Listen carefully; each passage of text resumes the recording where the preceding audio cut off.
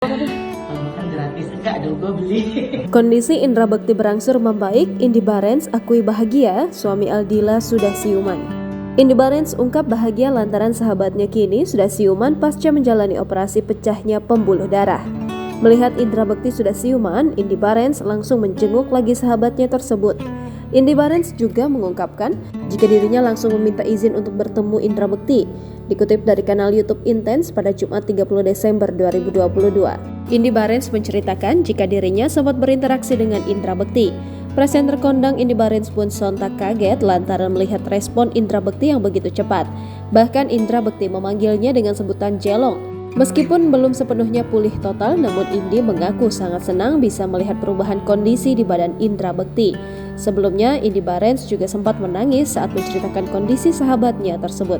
Namun ia mengaku jika saat ini perasaannya jauh lebih tenang dari sebelumnya. Adapun istri Indra Bekti, Aldila Jelita juga membagikan kondisi suaminya yang berangsur membaik. Lewat postingan Instagram story-nya @dila_bekti pada Jumat 30 Desember 2022, Aldila Jelita juga membagikan kabar terbaru mengenai kondisi Indra Bekti. Aldila Jelita mengatakan bahwa kini Indra Bekti sudah sadar dengan kondisi yang sangat baik. Akan tetapi Indra Bekti masih dalam pengaruh obat penenang pasca operasi.